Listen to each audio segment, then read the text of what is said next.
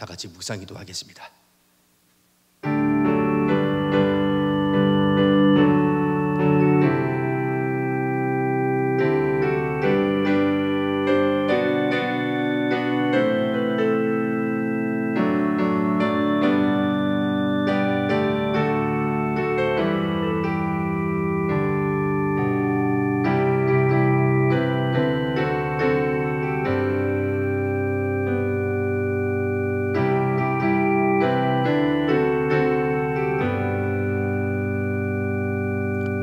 왕이신 나의 하나님이여, 내가 주를 높이고 영원히 주의 이름을 송축하리이다.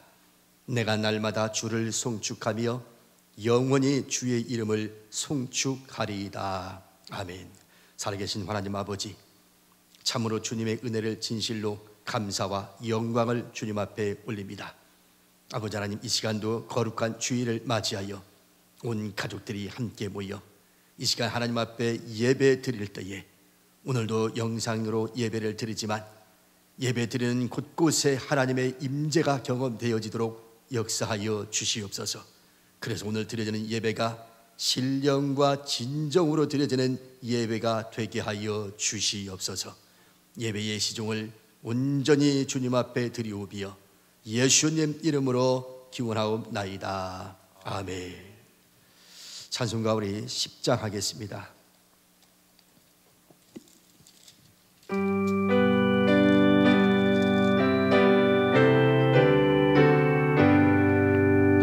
전능왕 오셔서 주의 이름 찬송케 하옵소서. 영광과 권능의 성부여 오셔서 우리를 다스려 주옵소서. 평생한 성자여 오셔서 기도를 들으소서. 택하신 백성들 복내려 주시고 거룩한 마음을 주옵소서. 위로의 주 성령 오셔서 큰 징도 주옵소서. 전능한 주시여 각 사람 마음에서 떠나지 마시고 계십소서. 성삼위 일체께 한없는 찬송을 드립니다. 존귀한 주님을 영광 중 배우고 영원히 모시게 하옵소서.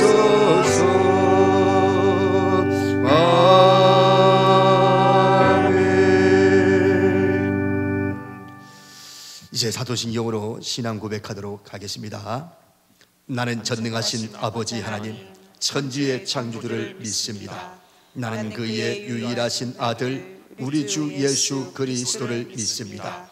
그는 성령으로 잉태되어 동정녀 마리아에게서 나시고 본디오 빌라도에게 고난을 받아 십자가에 못 박혀 죽으시고 장사된 지 사흘 만에 죽은 자 가운데서 다시 살아나셨으며 하늘에 오르시어 전능하신 아버지 하나님 우편에 앉아 계시다가 거기로부터 살아있는 자와 죽은 자를 심판하러 오십니다. 나는 성령을 믿으며 거룩한 공교회와 성도의 교제와 죄를 용서받는 것과 몸의 부활과 영생을 믿습니다. 아멘. 교동문은 15번입니다. 성시교독 15번 시편 27편 되겠습니다. 여호와는 나의 빛이요 나의 구원이시니 내가 누구를 두려워하리요. 여호와는 내 생명의 능력이시니 내가 누구를 무서워하리요. 악인들이 내 살을 먹으려고 내게로 왔으나 나의 대적들 나의 원수들은 그들은 실족하여 넘어졌도다. 군대가 나를 대적하여 진칠지라도 내 마음이 두렵지 아니하며 전쟁이 일어나 나를 치려 할지라도 나는 여전히 태연하리로다. 내가 여호와께 바라는 한 가지 일 그것을 구하리니 곧 내가 내 평생에 여호와의 집에 살면서 여호와의 아름다움을 바라보며 그의 성전에서 사모하는 그것이라. 여호와께서 환난 날에 나를 그의 초막 속에 비밀히 지키시고 그의 장막 은밀한 곳에 나를 숨기시며 높은 바위 위에 두시리로다. 이제 내 머리가 나를 둘러싼 내 원수 위에 들리리니 내가 그의 장막에서 즐거운 제사를 드리겠고 노래하며 여호와를 찬송하리로다. 아멘. 자, 기도하겠습니다. 살아계신 아버지 하나님, 참으로 주의 은혜를 진실로 감사와 영광을 주님 앞에 올립니다. 아버지 하나님, 코로나 문제가 전 세계적으로 지금 확산 일로에 있지만 다행스럽게도 우리나라는 이제 안정기에 접어들었습니다. 전능하신 아버지 하나님, 아직은 안심할 때는 아니지만 그래도 매일 20명 안팎에서 머물러 있는 것을 바라보면 하나님의 크신 은혜와 축복인 줄로 믿습니다. 하나님 아버지, 우리나라가 이렇게 잘 잡히고 있는 것처럼 전 세계 많은 나라들도 이 코로나 문제가 하루빨리 잡히게 해 주시옵소서. 그래서 전 세계가 안정을 찾게 해주시고 온 지구촌이 하나가 되어져서 또다시 발전하는 그 모습을 우리가 보게 하여 주옵소서. 교회들마다 비정상적으로 그동안 예배를 드려왔습니다. 아버지 하나님이여, 하루빨리 안정이 되어져서 종식되어져서 곳곳마다 정상적인 예배를 드릴 수 있도록 하나님 역사하여 주시기를 원합니다.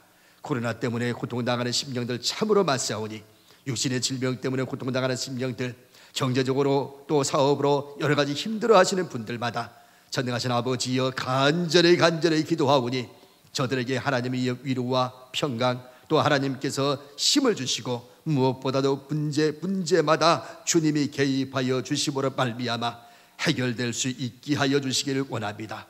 이런 시기에 오로지 주님을 찾게 하여 주시고 하나님 아버지 긴가민가 했던 심령들이 확실한 믿음으로 거듭나도록 주께서 인도하여 주시옵소서. 하나님 아버지여, 우리 교우들 사업체마다, 우리 교우들 가정마다, 우리 교우들 개인마다 하나님께서 일일이 기억하여 주시고 붙잡아 주셔서 참으로 잘 이겨낼 수 있도록 주여 은혜 베풀어 주옵소서. 사이로 총선도 하나님의 은혜 가운데 잘 마쳤습니다. 아버지 하나님이여, 여당에게 압도적인 그 승리를 안겨준 것은 우리 하나님 아버지의 크신 뜻이 있어서인 줄로 믿습니다. 이제는 아버지, 이 나라 이 민족이 개혁을 박차를 가하게 해주시고 모든 면에서 정상적으로 돌려놓을 수 있도록 하나님 인도하여 주시옵소서. 대통령 이하 모든 정치하는 사람들이 이제부터는 싸우지 않고 모두가 한마음 한뜻이 되어서 나라와 민족을 위하여 저들의 가진 권세를 사용할 수 있도록 은혜 베풀어 주시고, 이제는 우리나라만이 아니라 전 세계 인류 평화와 공영이 이제는 이루어져야 될 때인 줄로 믿습니다. 이제 AC 시대에 우리가 맞았습니다. 하나님 아버지여, BC 시대, AD 시대, AC 시대가 도래했사오니 이제는 이런 시기에 우리가 잘 적응할 수 있도록 지혜와 명철을 더하여 주시옵소서. 이제도 하나님의 말씀을 듣는 시간입니다. 오늘도 선포되는 말씀이 생명의 말씀, 능력 있는 말씀이 되게 하여 주시옵소서. 전하는 이나 듣는 이 모두가 다 하나님의 음성으로 들을 수 있게 해 주시기를 간절히 바라옵고 예수의 이름으로 기도하옵나이다. 아멘. 자, 오늘 주시는 말씀은 열왕기하 4장 보겠습니다. 열왕기하 4장 32절부터 37절까지 보도록 하겠습니다. 열왕기하 4장 32절부터 37절. 엘리사가 집에 들어가 보니 아이가 죽었는데 자기의 침상에 눕혔는지라. 들어가서는 문을 닫으니 두 사람뿐이라. 엘리사가 여호와께 기도하고 아이 위에 올라 엎드려 자기 입을 그의 입에, 자기 눈을 그의 눈에, 자기 손을 그의 손에 대고 그의 몸에 엎드리니 아이의 살이 차차 따뜻하더라. 엘리사가 내려가서 집 안에서 한 번 이리저리 다니고 다시 아이 위에 올라 엎드리니 아이가 7번 재채기하고 눈을 뜨는지라. 엘리사가 게하시를 불러 저 수렘 여인을 불러오라 하니 곧 부름에 여인이 들어가니 엘리사가 이르되 내 아들을 데리고 가라 하니라. 여인이 들어가서 엘리사의 발 앞에서 땅에 엎드려 절하고 아들을 안고 나가니라. 아멘. 할렐루야. 오늘도 주 안에서 여러분을 진심으로 사랑하고 축복합니다. 자, 오늘 무슨 날이에요? 내가 가장 좋아하는 날입니다. 그래요. 지난주에는 참 부활주일을 우리가 좀 보냈습니다만 이 부활주일, 이 기독교에서는 참 최대의 명절이기도 하고 축제인데 또 영상 예배로 드려서 좀 초라하게 좀 보냈어요. 하지만 메시지는 분명하게 전했습니다. 예수님의 부활이 곧 나의 부활이 되게 하자, 그런 내용이었죠. 부활하신 우리 주님께서 갈릴리에서 제자들을 만나시고 그리고 새로운 소명을, 사명을 저들에게 주셨습니다. 처음 받았던 소명보다 더 큰 사명으로 저들에게 안겨주었던 것이지요. 그렇습니다. 이제 이 영상 예배도 오늘로서 마지막 드리려고 그래요. 다음 주부터는 정상적으로 예배를 드리려고 합니다.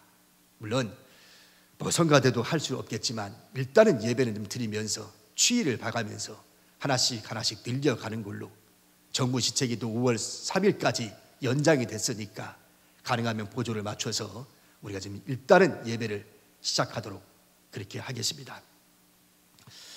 자, 오늘 부활주일을 지난 이제 첫째 주일을 맞이하면서 우리 부활에 대해서는 주로 신약에 있는 말씀들을 많이 합니다. 그럼 구약에는 부활에 대한 이야기 할 수 없느냐? 있지요. 오늘 우리가 읽었던 바로 수렘 여인의 이 신앙을 통해서 우리가 부활 신앙을 좀 갖자. 그 오늘 제목을 그래서 수렘 여인의 부활 신앙이라고 하는 제목으로 말씀을 드리고자 합니다. 사실 우리 예수님의 이 부활의 이 사건은요, 역사적으로 바라보면 2000년 전의 사건이에요. 참 오랜 세월이 흘렀죠. 2000년의 이 사건은 과거의 사건인데 이 사건이 지났음에도 불구하고 오늘날 전 세계 많은 사람들이 이 부활절이 되면 여전히 부활절 예배를 드린다는 것은 무슨 의미를 가지고 있을까요? 흘러간 과거의 역사를 왜 우리가 지금 부활절 예배를 드립니까? 그 이야기는 지나간 과거였지만 그 예수님의 부활은 과거의 사건이 아니라 오늘은 나의 사건이 되어야 하고 나 역시 부활하지 아니하면 안 된다라고 하는 그런 의미에서 우리가 부활절을 지키고 있다, 그런 의미입니다. 따라서 우리 예수님이 부활했던 것처럼 내가 부활되지 않는다면 그저 흘러간 과거에 불과한 거예요. 아무런 의미가 없어요. 과거의 역사가 오늘 나의 역사가 될 때에 진정이 거기에 의미가 있는 것이죠. 엘리야의 후계자인 이 엘리사가 수넴이라는 동네에 들어가게 됐습니다. 엘리사는 줄곧 이 장소를 많이 이용을 했고 수넴 여인의 그 대접을 많이 받았어요. 특별히 수넴 여인은 자신들의 그 집의 옥상 부분에다가 별도의 방을 만들어 놓고 그리고는 침상이라든지 촛대, 책상, 그가 필요한 그 모든 것들을 잘 맞춰줘서 여기에 올 때마다 이 장소에서 머물고 주무실 수 있도록, 그리고 주의 사역을 감당할 수 있도록 정성을 다하여 그는 베풀어 줬습니다. 엘리사는 참으로 고마웠어요. 이 수넴 여인의 그 헌신과 이 봉사를 그냥 지나칠 수 없어서 뭔가가 나도 선물을 좀 주고 싶다, 그런 마음을 가졌던 것이죠. 그래서 불러요. 내가 이렇게 당신들한테 대접을 받고 살았는데 나도 당신에게 좀 뭔가 선물을 주고 싶다. 필요한 거 있으면 좀 말해 보시오. 그랬더니 여인이 그렇게 이야기합니다. 저는 백성 중에 거주하는데 백성 중에 내가 특별히 특권을 누리고 싶은 마음은 없습니다. 한사코 싫다는 거죠. 내가 뭘 한 게 있느냐고 그러지 마시라고. 그렇지만 엘리사는 뭔가 그래도 해주고 싶었어요. 그런 마음을 읽었던 게하시가, 사관 게하시가 이 집안의 형편을 알고는 엘리사님에게 이야기합니다. 엘리사님, 이 집안에 제가 가만히 살펴보니까 이 집안에 아들이 없습니다. 그래요. 그래? 옳거니 좋다. 그러면 이 집에 아들이 있었으면 좋겠구나. 여인을 불러라. 수렘 여인을 부르면서 엘리사가 그렇게 이야기합니다.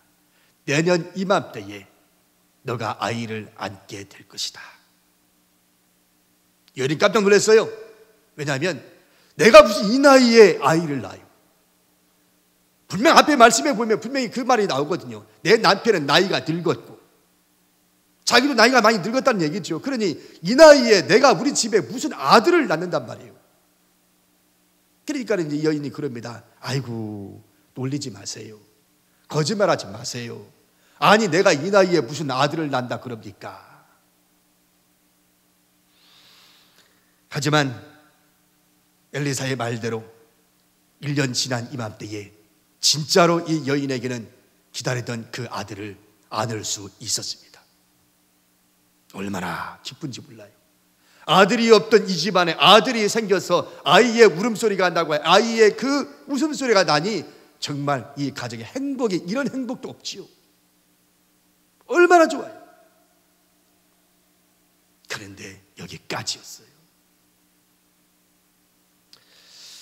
이런데 이 웬일입니까? 이 아이가 죽었어요. 한참 클 나이에 죽었어요. 한참 재롱 떨고 한참 이제는 좀 안심이 되나 싶었는데 그때 죽었어요.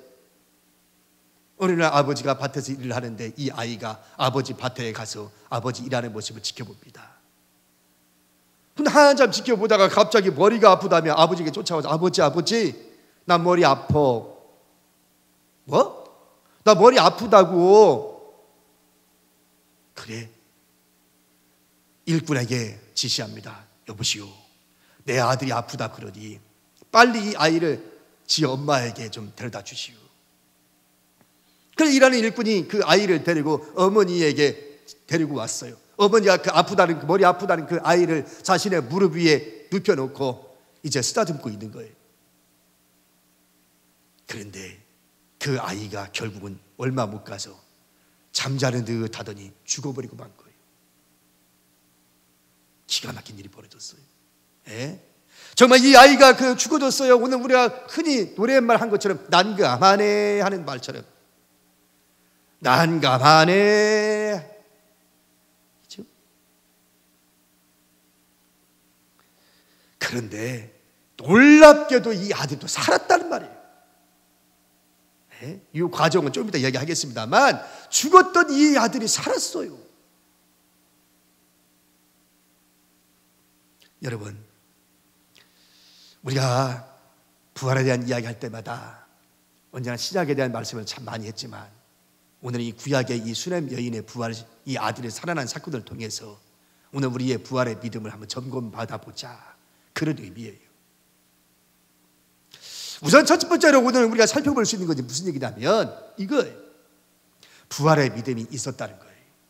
이 여인에게 부활의 믿음이 있었다. 잘 생각해 보세요. 아들이 지금 내 무릎팍에 누워 자다가 죽었어요. 그렇죠? 남편은 지금 밭에서 일하고 있고요. 그러면 아내 입장에서 내 아들이 무릎을 베고 자다가 죽었으면 어떻게 해야 돼?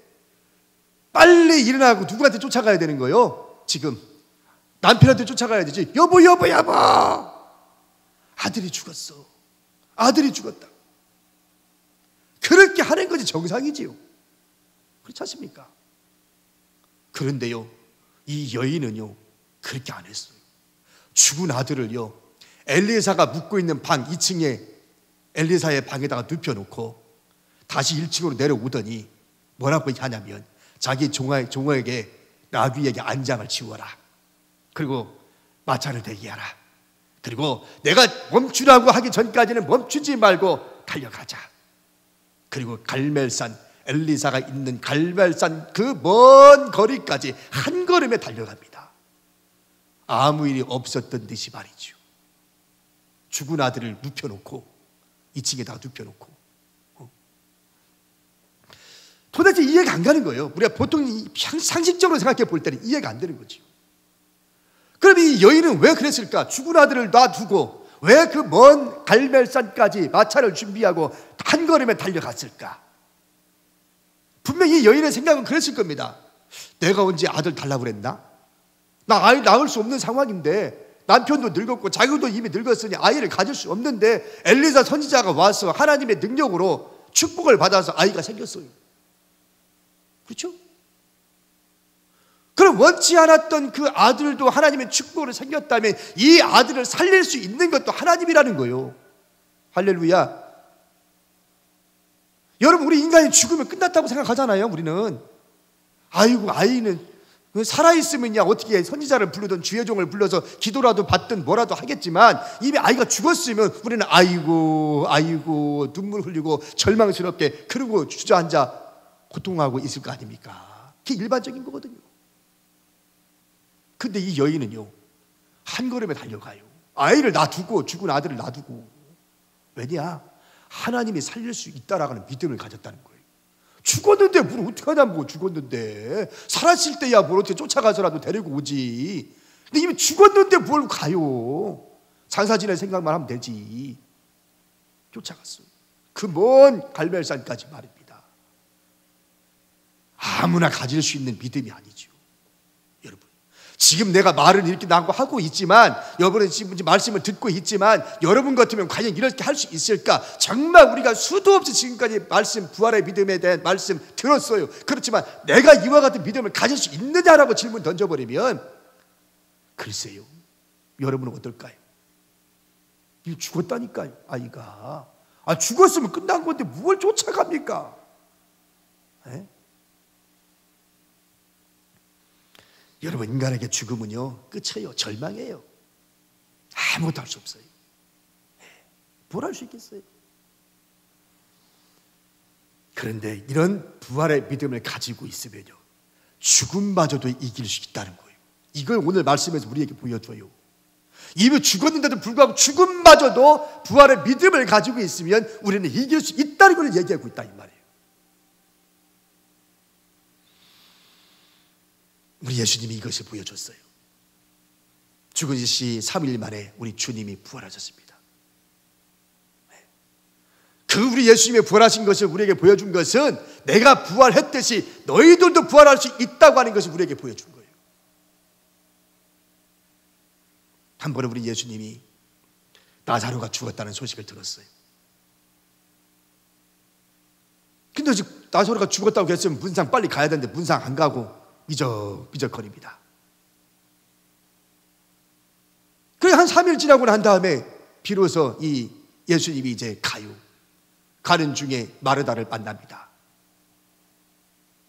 그리고 마르다를 만나서 이야기를 들어보니, 예수님이 여기에 계셨더라면 내 오라버니가 죽지 않았을 겁니다. 왜 이제서 오십니까? 그러는 거죠. 근데 그때 우리 주님이 뭐라고 이야기하냐면, 요한복음 11장 말씀에 보면 25절 26절에 이렇게 이야기합니다. 예수께서 이르시되 나는 부활이요 생명이니 나를 믿는 자는 죽어도 살겠고 무릇 살아서 나를 믿는 자는 영원히 죽지 아니하리니 네가 이것을 믿느냐. 그렇게 얘기해요. 이미 죽었다는데 마르다에게 이 얘기를 합니다. 그때 이 마르다가 이렇게 얘기해요. 우리 예수님의 말씀을 듣고 뭐라고 얘기하냐면 이렇게 이야기합니다. 27절에 보면 이르되 주여 그러하외다. 주는 그리스도시요 세상에 오시는 하나님의 아들이신 줄을 내가 믿나이다. 우리 예수님은요, 언제나 기적을 베푸실 때에 오늘 우리에게 믿음이 있는지를 확인하시고 그리고 믿음대로 역사하시더라. 나는 부활이요 생명이니 나를 믿는 자는 죽어도 살겠고 무릇 살아서 나를 믿는 자는 영원히 죽지 아니하리라 하는 것을 네가 믿느냐? 예, 주는 그리스도시요 살아계신 하나님의 아들이심을 나는 믿습니다. 그 이야기를 듣고 우리 예수님이 무덤을 향하여 갑니다. 이미 무덤의 문이 돌문이 막혀져 있는데 돌문을 비켜서 와라. 그때 사람들이 뭐라고 그래요? 아이고 예수님, 이미 죽은 지 4일이 지났어요. 벌써 냄새가 납니다. 돌문을 치워라. 그리고 나사로야, 이리 나오너라. 그렇게 얘기하죠. 그랬는데 그 죽었던 나사로가, 나흘이나 지났던 그 나사로가 수족을 동인 채로 두벅두벅 걸어 나왔어.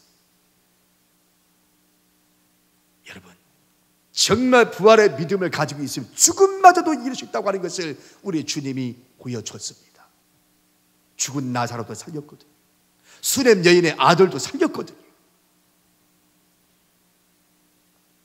여러분의 인생 속에 이런 믿음이 있습니까? 여러분, 우리의 가정에, 여러분의 개인에, 여러분 사업에 지금 어떤 의미에서 이 죽음처럼 이 절망스럽고 힘들고 어려움을 겪고 있는지도 모르겠어요.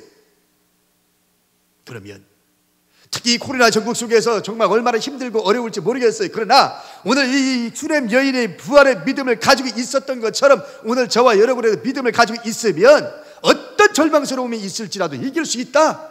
할렐루야. 죽음마저도 이길 수 있다 이거예요. 사실상 죽음을 넘었으면 다른 건 뭐 볼 게 없잖아요. 죽음을 넘어서는데 뭐 다른 게 뭐 두려울 게 뭐 있습니까? 인간이 죽음을 정복할 수 없는 것인데 그 죽음마저도 정복했다는데 다른 뭐가 두렵냐 이 말이에요. 우리 예수님 지금 그래서 얘기하고 있는 거예요. 수렘 여인 봐라. 죽은 아들 놓고 엘리사에게 쫓아와서 지금 얘기하고 있지 않냐. 너희 살릴 수 있다고 믿었다는 거예요. 그러니까 갔지. 그런 믿음이 없었으면 왜 가요? 장사 지낼 준비나 하지. 죽은 아들 안고. 이게 아무나 가질 수 있는 믿음입니까? 저도 목사로 말씀을 준비하지만요, 저도 은혜 받거든요. 이야, 나도 목사지만 나도 정말 이런 정도의 믿음을 나도 가질 수 있을까? 그래요, 여러분.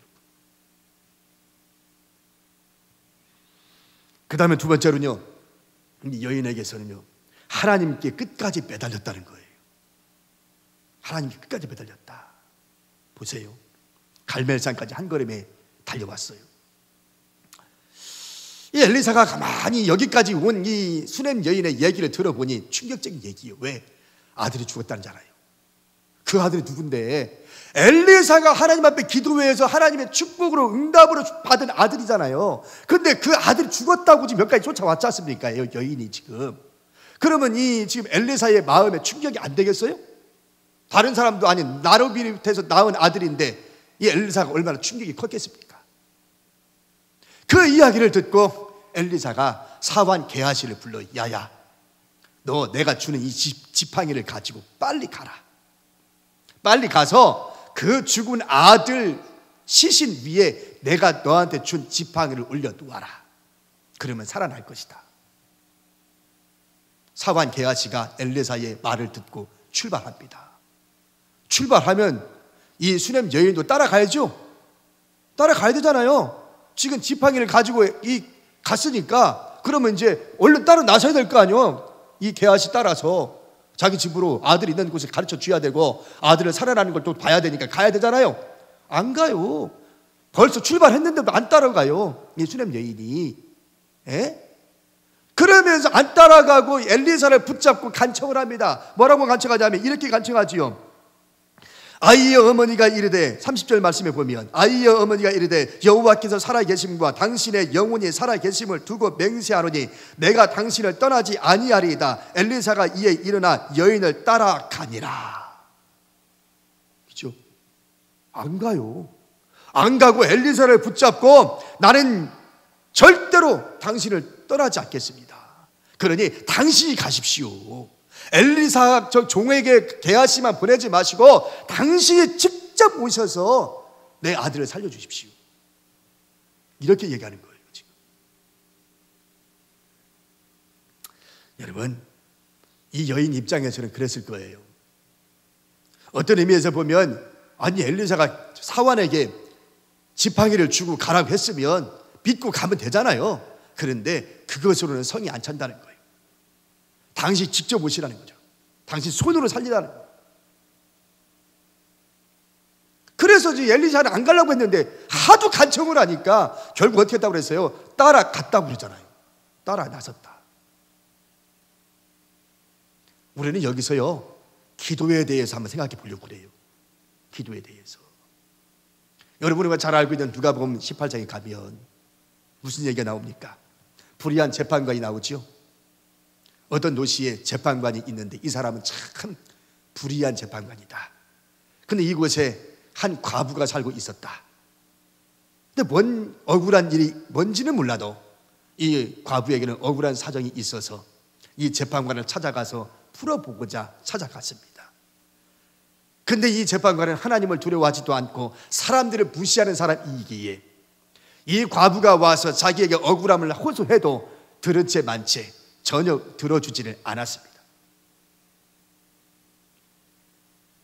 그렇지만 이 여인은, 이 과부는 포기하지 않았어요. 얼마나 번거롭게 했던지 매일같이 쫓아가가지고 내 억울한 사정을 풀어달라고 재판관에게 호소를 합니다. 이 재판관은요 처음엔 듣지 않다가도요 하도 이 여인이 쫓아와서 귀찮게 하니까 번거롭게 하니까 그때서 이제 손을 들고 소리를 질러요. 뭐라고요? 이렇게 이야기하지요. 누가복음 18장 5절 말씀을 보면 이 과부가 나를 번거롭게 하니 내가 그 원한을 풀어주리라. 그렇지 않으면 늘 와서 나를 괴롭게 하리라 하였느니라. 그렇죠? 손 다 들어요. 내가 이 여인의 억울한 사정을 내가 들어주지 아니하면 이 여인이 매일같이 쫓아와갖고 나를 번거롭게 할 것이니 내가 도저히 그냥 있을 수가 없다. 그래서 내가 들어주리라. 그래서 이 여인의 억울한 사정을 들어줬다는 얘기가 누가복음 18장에 나와요. 그런데요 더 중요한 말씀은 뭐냐면 우리 예수님이 이 말씀을 하고 난 뒤이어서 말하는 장면입니다.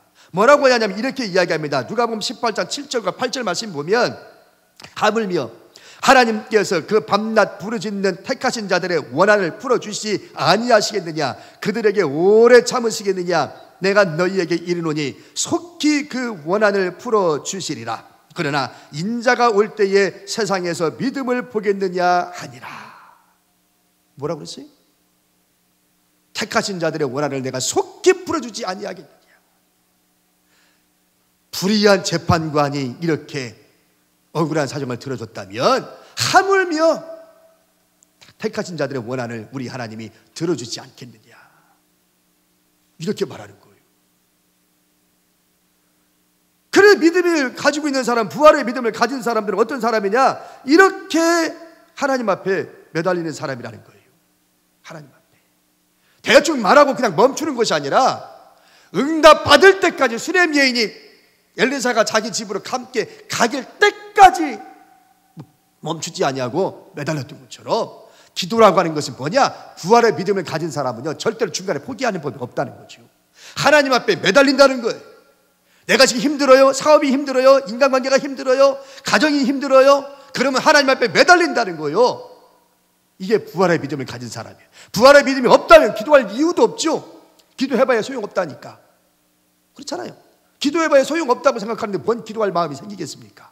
그러나 부활의 믿음을 가지고 있다면요 하나님 앞에 끝까지 매달리는 거예요. 반드시 우리 하나님은 기도를 들으시는 분이라 믿습니까? 그렇죠? 이 관념론적으로만 듣는 얘기가 아니라 실제로 오늘 이 말씀을 듣는 여러분들 정말로 이런 부활의 믿음을 갖고 하나님 앞에 매달릴 수 있기를 축원합니다. 된다는 거 아니에요.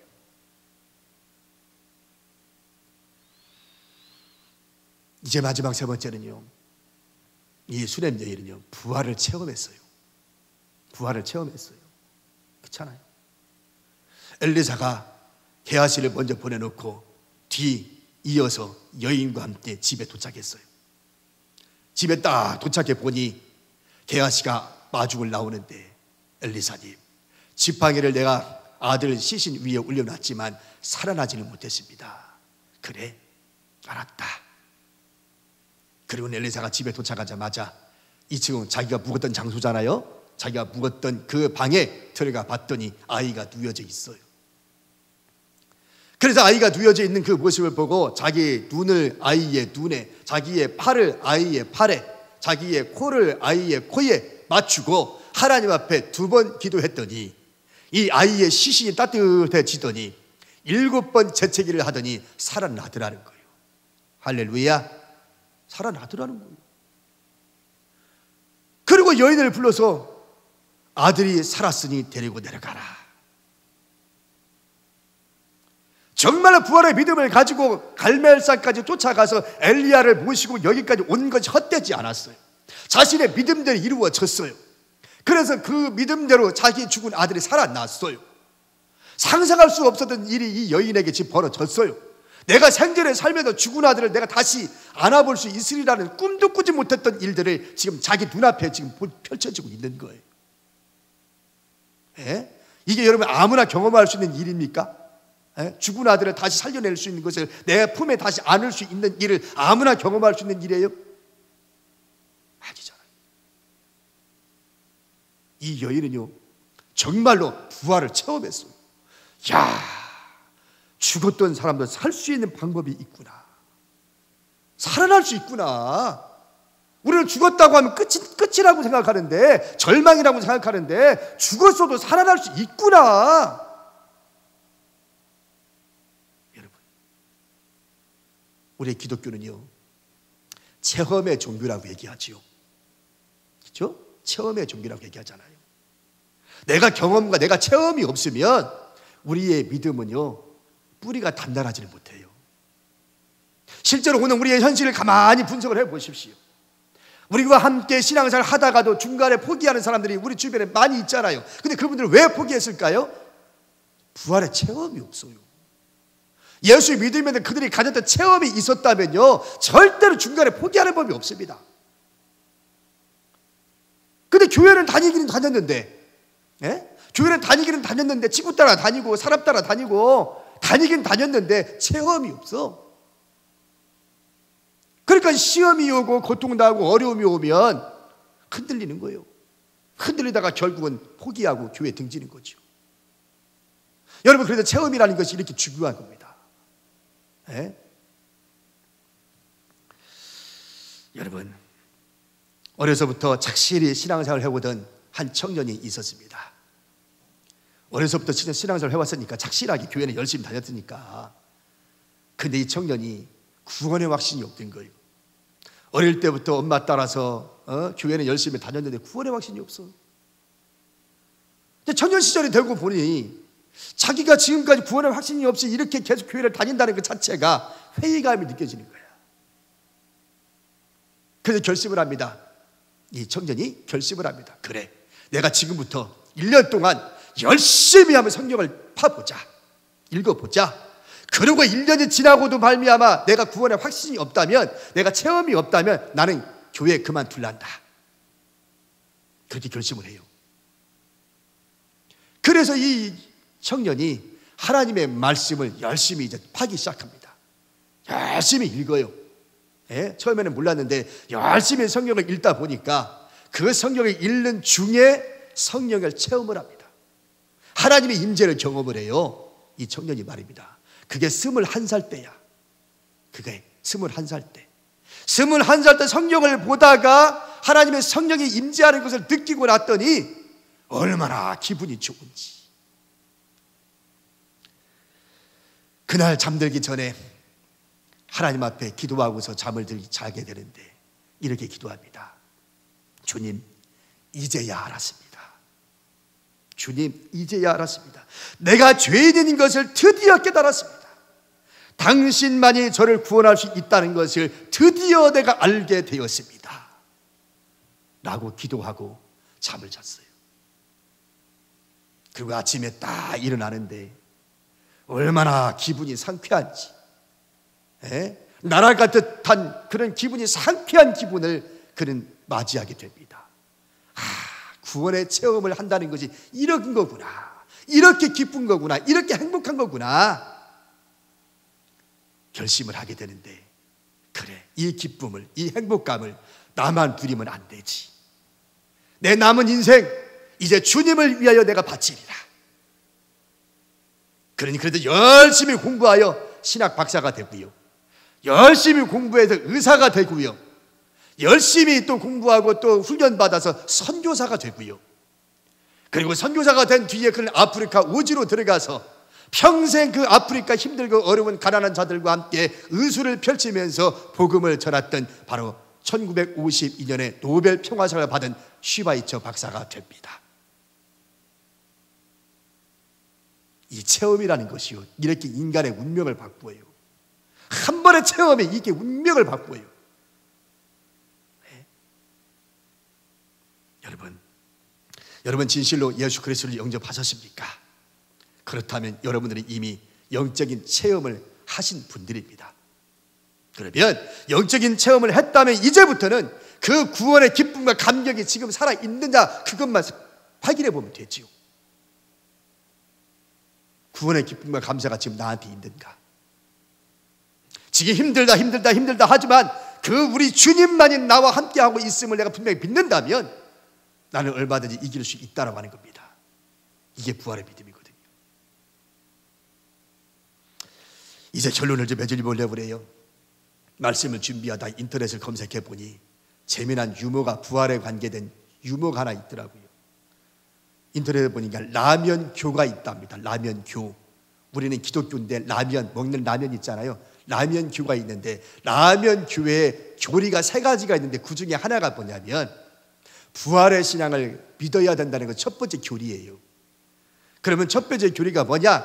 라면교니까. 라면교니까. 무슨 얘기냐면 이런 거죠. 곧 끓는 물에 들어가. 끓는 물에 들어간 후, 돌아가신 후 3분 만에 부활하신 그 기적을 믿는 것입니다. 이게 라면교의 부활신앙이랍니다. 펄펄 끓는 물에 들어가 돌아가시고 3분 만에 부활하시오. 그것을 믿으면 라면교의 교인이 된다. 여러분, 오늘 우리 예수님의 부활은요, 신화가 아니에요. 흘러간 전설이 아니에요. 우리 예수님의 부활은 실제 팩트입니다. 그 예수님의 부활이 실제라고 하는 그 믿음을 우리가 가질 수만 있다면 오늘 우리 예수님이 말씀하신 것처럼 나를 믿는 자는 죽어도 살겠고 무릇 살아서 나를 믿는 자는 영원히 죽지 아니하리니 네가 이것을 믿느냐. 할렐루야. 수넴 여인의 부활의 믿음을 가지고 하나님께 끝까지 매달리며 그리고 부활을 체험하는 신앙인이 되어져서 우리 일상생활에 큰 승리가 있어지기를 이 말씀으로 축원합니다. 기도하겠습니다. 전능하신 아버지 하나님, 참으로 감사와 영광을 주님 앞에 올립니다. 오늘도 하나님이 주신 말씀 통해서 수넴 여인의 부활의 신앙을 가지고 내 믿음이 어떤지를 한번 점검을 받아봤습니다. 아버지 하나님, 정말 오늘 우리에게 부활의 믿음이 있는지를 생각해 보게 해 주시옵소서.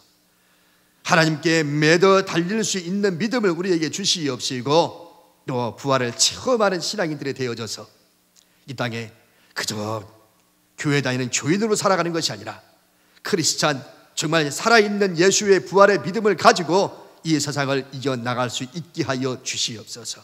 우리 앞에 펼쳐진 힘들고 어려운 것들이 있다면 부활의 믿음으로 능히 이길 수 있도록 주께서 은혜 베풀어 주옵소서. 예수님 이름으로 기도하옵나이다. 아멘. 이제 찬송가 161장 합니다.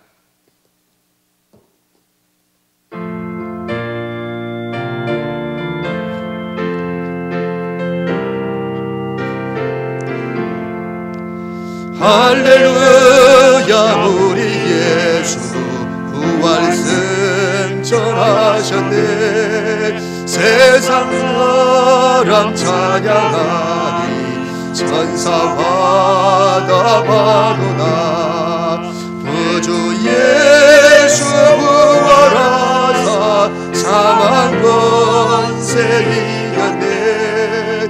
구주 예수 부활하사 사망 권세 이겼네.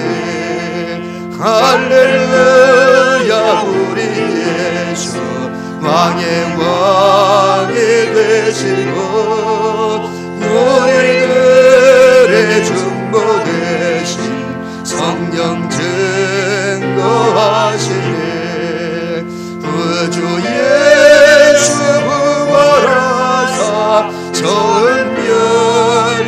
되셨네.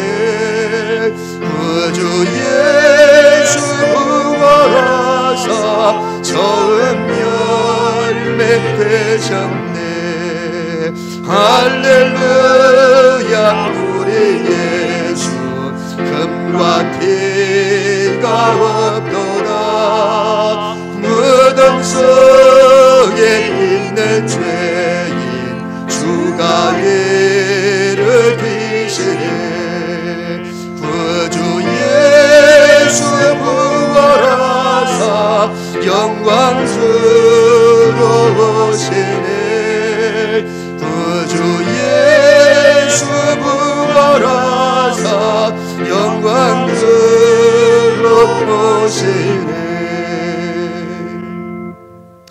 이제는 예수 그리스도의 은혜와 우리 하나님 아버지의 무한하신 사랑하심과 성령님의 감화 감동 충만 역사 교통하심이 오늘도 거룩한 주일을 맞이하여 하나님 앞에 예배드리는 사랑하는 성도들과 저들의 가정과 생업 위에, 우리 교회와 앞날과 민족의 앞날 위에 지금으로부터 영원토록 함께 계시기를 간절히 축원하옵나이다. 아멘.